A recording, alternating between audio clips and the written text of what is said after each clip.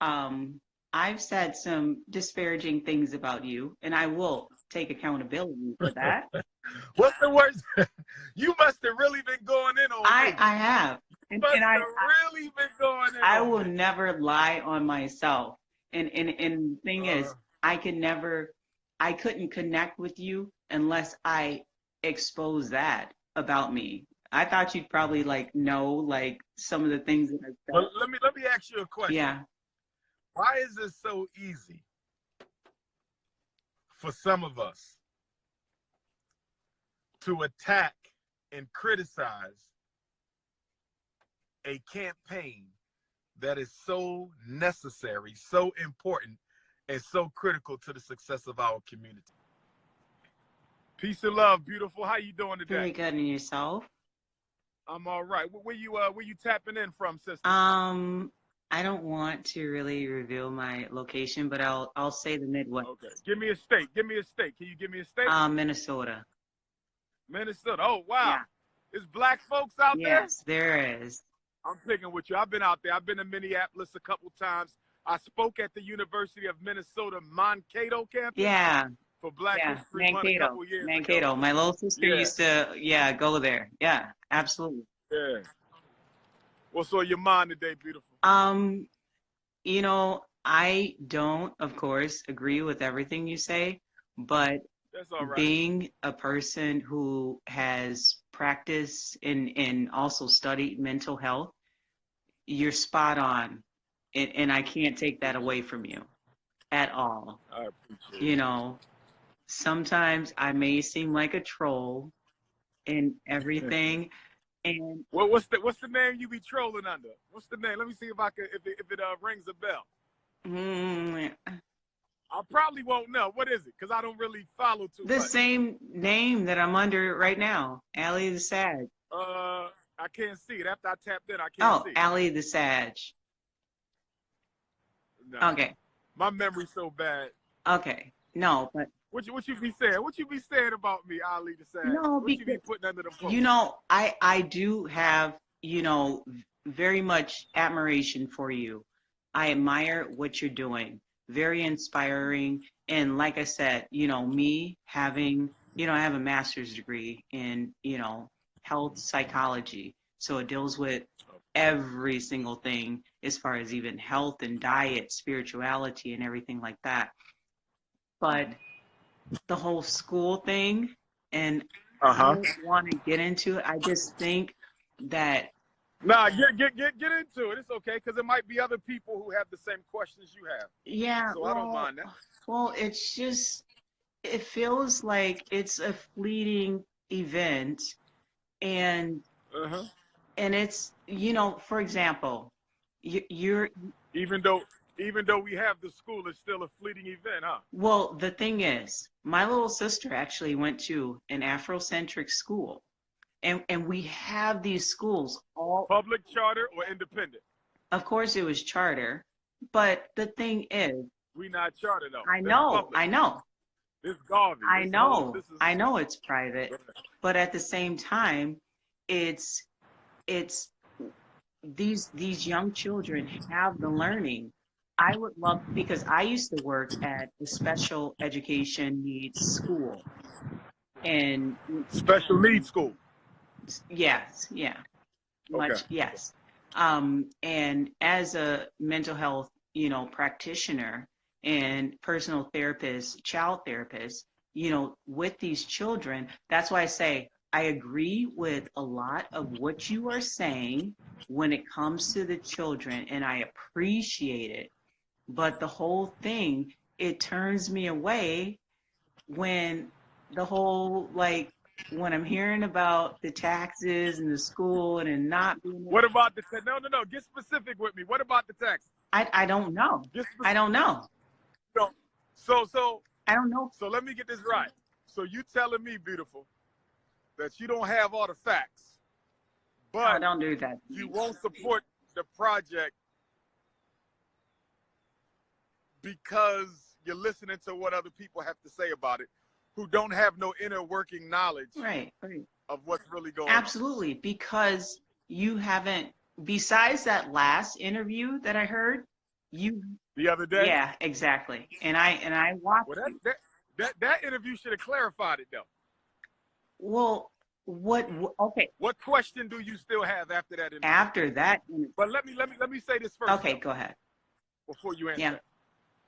Do you understand why Dr.UMAR does not reveal all internal details regarding the FDMG campaign? Do you understand why I don't do that from a business standpoint as well as from a political standpoint? Let me start with that. Do you understand why someone opening a school that is considered as controversial as this, why I wouldn't share every detail with the general public? I can understand that. Absolutely. I see your point in that. So the school is in no tax trouble, county or city whatsoever. But the problem is so many of us get our information from YouTube. We listen to these random coons who have built platforms off of trying to assassinate the integrity of Dr. Umar. And rather than wait for my updates, we would rather listen to these idiots who are armed with nothing other than information they find on the internet that doesn't have any context to it or any historical perspective to it. So that's why I stopped doing regular updates, because there's so much negativity being put out on YouTube that I can't compete with it. And so I've resigned myself to the fact that when they see that school up and running, they will know the truth. And also, and then I'll let you go, Queen. Okay. My supporters are not influenced by the YouTube coonery. Like when I get my donations in the mail, they tell me, stop responding to the questions. You have answered every question. You have shown everything that needs to be shown. If they don't believe in you now, they're never going to. And if they believe in you now, they're not going to stop. So the elders were like, stop answering. These people aren't donating. If you're answering all these questions, if they're that suspicious, they're not going to donate anyway. So why waste your time? Focus your attention on getting your school up. And that's why I've really fallen back from that whole situation. No, I definitely can understand that. And I appreciate your enthusiasm in opening a school, especially to the betterment of a lot of children who have had that diagnosis or that label put on them as far as, you know, special education. Because I even had it in my family where I've had a diagnosis of, you know, a sibling who had special education and she doesn't have she didn't need that. And so misdiagnosed. Yeah, so she was excluded from being, you know, socially in a place where she should have been into. So I appreciate that. And I definitely respect you for that, for actually acknowledging that that exists and educating a lot of parents, because a lot of parents, they're so busy with work and they can't really comprehend what is really going on. I'm reading a lot of, you know, children's, you know, IEPs, and I'm like, why am I copying this person's IEP to another kid's IEP? That makes no sense. Yeah. You know, so so there's a, you know, I get really passionate about that because I have had to, you know, deal with that. And I'm like, no, that makes no sense. And, you know, so I really appreciate that. I'm very passionate about that. I'm just, okay, so I'll go away from that, from the 50-state tour. I'm like, how can one man do all of this stuff within 1 year and still be for yourself mentally sound? Because you have to have that personal mental clarity I as agree. well. I agree. And you're saying 50-state tour, all the while opening a school. And I just want to level set. I don't want to be derogatory at all, because there's no need to be. You know, you're a very respectful gentleman, and that's where I want to keep it. Some people told Harriet Tubman the same thing, didn't they? They told Frederick Douglass the same thing. They told Nat, you know, so our history as a people has always been succeeding against the odds. The way I look at it is this: it's a matter of life or death. Because if they end up in that special ed to prison pipeline, there's no bringing them back most of the time. Absolutely. You follow? Yeah. So if I have to give up every free moment of my life to free a Black child, I got to do it, because no one else is doing it. I'm not the only Black school psychologist, but I'm one of the few who don't work for the school system. So I have the freedom to tell the truth publicly. Most of my colleagues work for school systems, so they don't have the freedom to tell the truth publicly. So I have to build the school. I have to build the NIBPA. I got to do the tour because there's no one else. I'm going to be the one to let them know that the learning disability is a joke and ADHD is a fraud.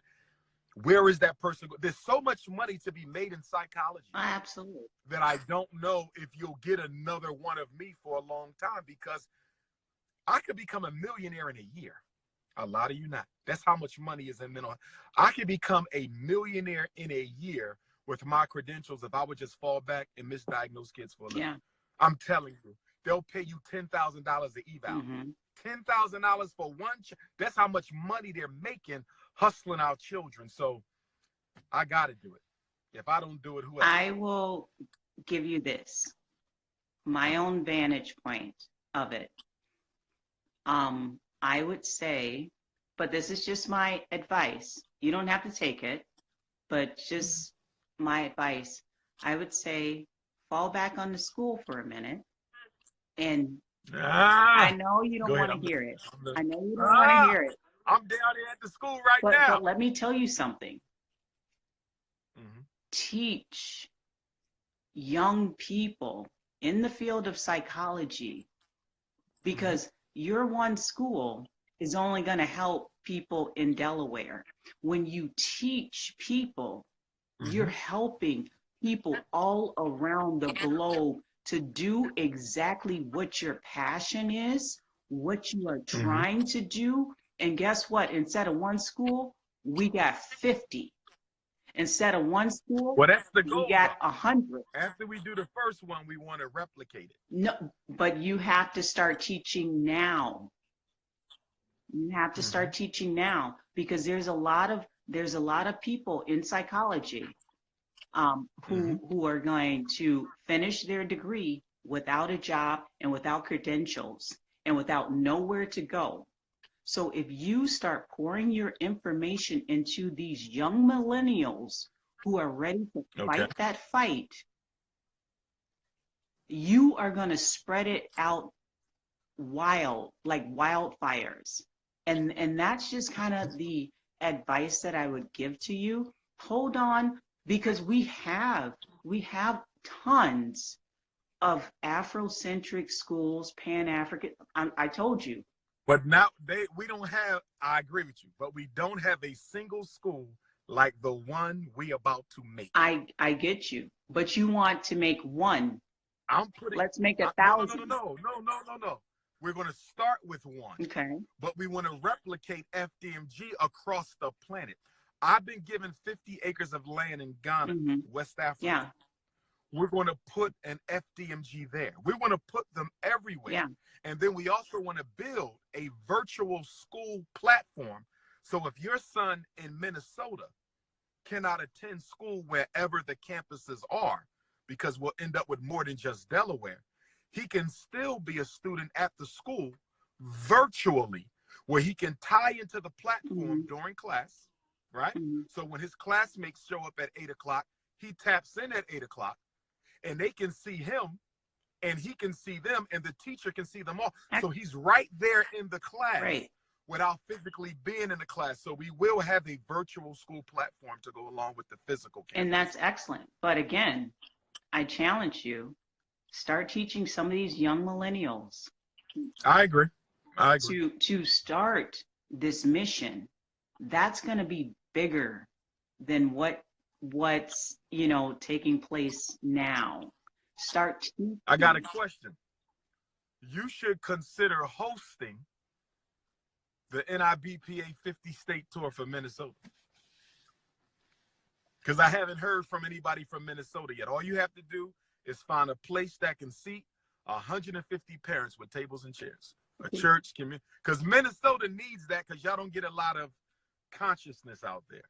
We do, but it's kept in confined areas, because we're a very liberal state, of course. But I've said some disparaging things about you, and I will take accountability for that. What's the worst? You must have really been going in on me. I have. And I really been going in. I will never lie on myself. And the thing is, I couldn't connect with you unless I expose that about me. I thought you'd probably know some of the things that I've said. Well, let me ask you a question. Yeah. Why is it so easy for some of us to attack and criticize a campaign that is so necessary, so important, and so critical to the success of our community? As someone who has been on the other side of the DR.UMAR fence, an attacker, tell me about how were you able to attack me so easily, knowing how hard I work to do it? Thank you for that question, because I was, when I was mental health, practitioner and everything, and also a lead mental health practitioner, I would watch your videos every single time you came up. And the biggest thing that I had an issue with, to where it struck me as was when you and I know you don't want to go through this, and I don't want you to, but Sarah Sutton-Seti, and it was just, that was 3 years ago. To me, 3 years ago. To me, that was 2016. We going into 2020. But listen. And I only did one video. But that video was really harsh. And it's just if he feels that way about this man, what would he even feel about me? And then I started to get into some of the videos that were critical of you and learning more about that. And I'm really glad we're having this conversation. I really am, because this conversation is very much needed, because this is one of the reasons why I was just whoa, hold on. Am I gonna be attacked as well? And I know you're not gonna attack me, but the thing is, I went on the defensive, about that, because me and Sarah probably look like we can be brother and sisters or something like that, But I didn't have an issue with skin tone. I don't do light skin supremacy or dark skin supremacy. We all family. So that was not my issue. My beef had nothing to do with his complexion. But you said he looked like an albino. My family is lighter than him. You said he looked like an albino, and his skin tone is the same as mine. Oh my God. So something like that stated at the height of a response to criticism that I received, you generalize that to yourself? Well, because I'm just whoa, is it? But I was talking to one person. I was not making a general statement, nor did I imply that I was rejecting light-skinned Africans. I never, ever. He has the same. I'm a Pan-Africanist. How? You said that he looks like an albino. He has the same skin complexion as me. I may even be a little bit lighter than him. Okay. So, but why did you generalize it? Like, why did it have to be an attack on every light-skinned person? A comment I'm making to him. We were at each other. You follow what I'm saying? because, for example, if we fell out, I'm like, oh, you're probably going to say the same thing about me. So let me ask you this. I fell out with other people who are light-skinned. And I've made no such comment. So why? So all of the work I've done gets thrown out? You follow what I'm saying? I would never discount the work that you do, ever. So, because I'm a very fair and logical person, I would never discount any work that you do. I appreciate, like I said, I appreciate the work that you do with our children that have special needs and some that are labeled as special needs when they really don't have special needs. So I have a heart passion for that. My only biggest thing is with the school and understanding that with the school, the way, what you need is like a board of trustees. Well, you have to have a board if you're operating a corporation, and FDMG is a corporation. Yeah. You understand? Yeah. So you're required by law to have that. But here's my issue, going back to a comment I made earlier. It amazes me, not you per se, but it amazes me how so many in the community expect me to tell them every single like I'm supposed to go on YouTube every day and give a full reporting of anything done for the school every day. You understand? Yeah. And I'm giving this to people who don't give a damn about Black children, the mission, why would I do that? And if they didn't hear it, it automatically don't exist. You follow what I'm saying? So, because to be honest with you, I considered not showing the school at all or the location because I knew that would become a new focus of attack. Right. See, most of my detractors, they're not interested in the school. They want to see me fail. They don't give a damn about Black kids or none of that. They just want to see me fail. So I wasn't going to show the school at all, but I said, you have to show it.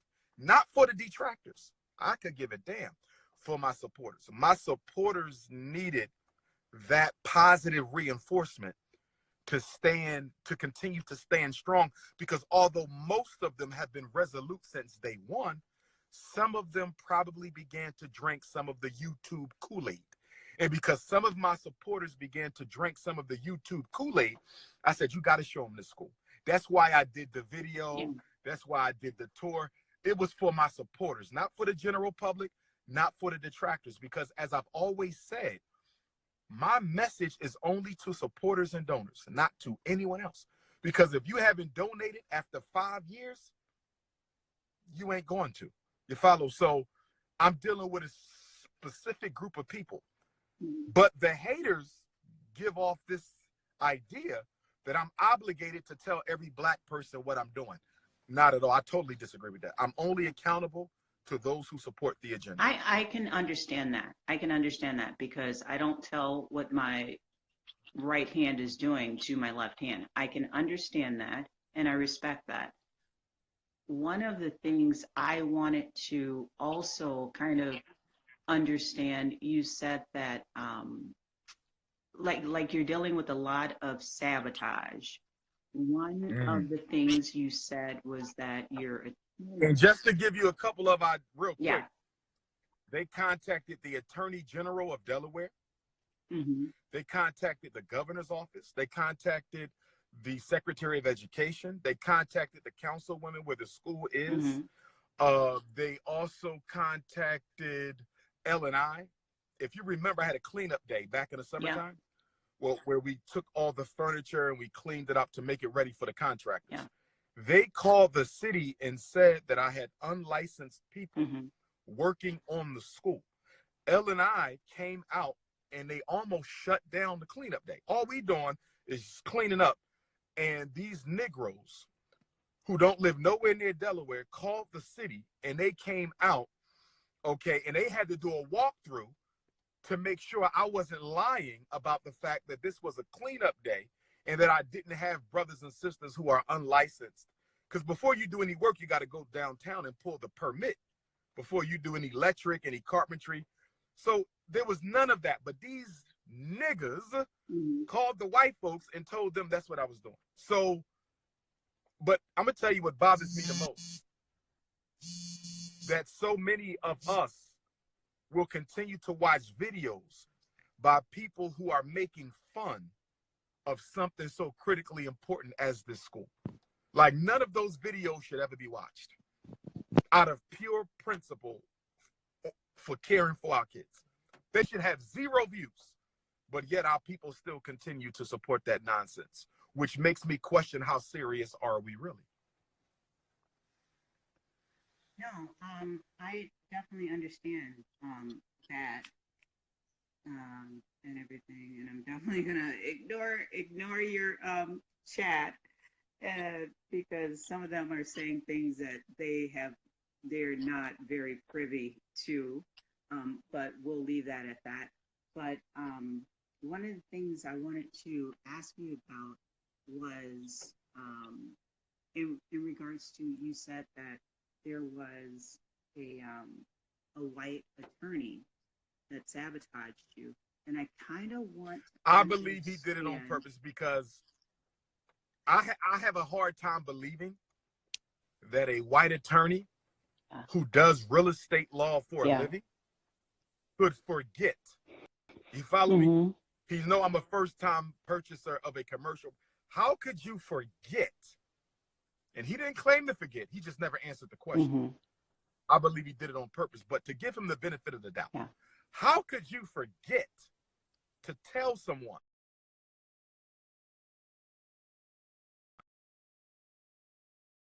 How do you forget to tell them? Oh, there you go. That, yeah, that was a call. How do you forget to tell someone purchasing a commercial property that they only have, I think it was 2 weeks or 3 weeks, I think it was 2 weeks, to file for a tax exemption 2 weeks after purchase date, to file for a tax exemption? How do you not tell me that at the closing? How do you not send that in an email? Like, I was so angry when I contacted the city and the county. They said you had 2 weeks to file for this. How was I supposed to know that? But my question would have been is why not an African American or African? Couldn't find one. No, I reached some. Okay. My original attorney was black. The original closing attorney was black. Okay. Gotcha. But then he told me he wasn't able to complete it because he had too much other stuff going on, and he didn't want to do a disservice for me. It was a black male. Oh, wow. It was a black male. He referred me to the white guy.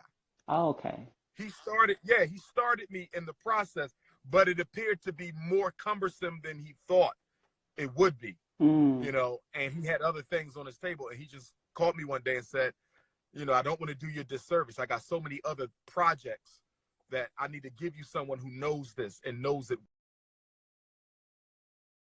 I don't think he was as expert as the white guy he referred me to. But what he said was he wasn't able to finish it. He had some other stuff going on. I don't know what that was. Some other things that were more important at the time than helping me close with the school. And so he recommended me to the white guy. Okay. Okay. I mean, that's fair. That's fair. At least you know. But you see how you made the assumption that I went straight to a white guy? You see that? Absolutely. Because I mean, you didn't explain all of that, right? And you don't have to, but that's what people are going to do, right? If I explained every single thing with the school, I would have no time to sleep or eat. This is a commercial property. I shouldn't have to do that because it's not that important. What's most important is that we get the legal stuff done. What's most important is that we get the closing done, black or white. But naturally, I started with a black attorney for the closing. And that's important to know, right? Like for your people and for like the people who you are trying to reach. Absolutely. So I can absolutely understand that. Why not concentrate on one project at a time? Because you have a lot of projects going on, so something is going to falter. I don't agree that something has to falter. I think the school and the 50-state tour go hand in hand because they're two parts. The school is the institution. Yeah. The NIBPA is the organization. Okay. The school is proactive. We're going to prevent. The organization is reactive. We're going to intervene. I think you need them both. You need the institution to show how we should be educating our children, but you also need the organization to save as many children who have already been caught in that system. So I don't think that I could do one without the other. What is this truck doing? Well, it's not it's not one without the other. It's more so concentrating your attention and focus on one at a time.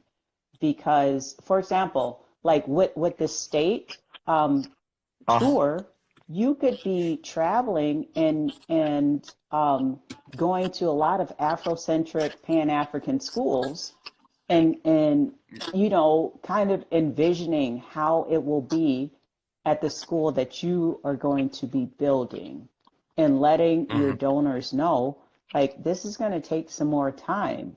You know, we're still kind of, I don't know if it's in the infant phase or if it's in the toddler phase or if it, you know, what phase it's in, you know, and gaining so much information and knowledge from them as to how to run it. I feel like you're doing it all by yourself and you need a lot more professional help. Well, on the school side, you got to remember, I've been in education my whole life. So most of my friends are educators, psychologists, principals. I have more help than I would need for 100 lifetimes. But again, because YouTube don't know who they are, they can't possibly exist. You see? On the other side, on the NIBPA side, that's the purpose of this training, to train other advocates to take my place.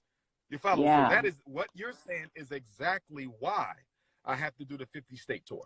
So I can have an army of advocates who can go in place of me. That's why we're doing it.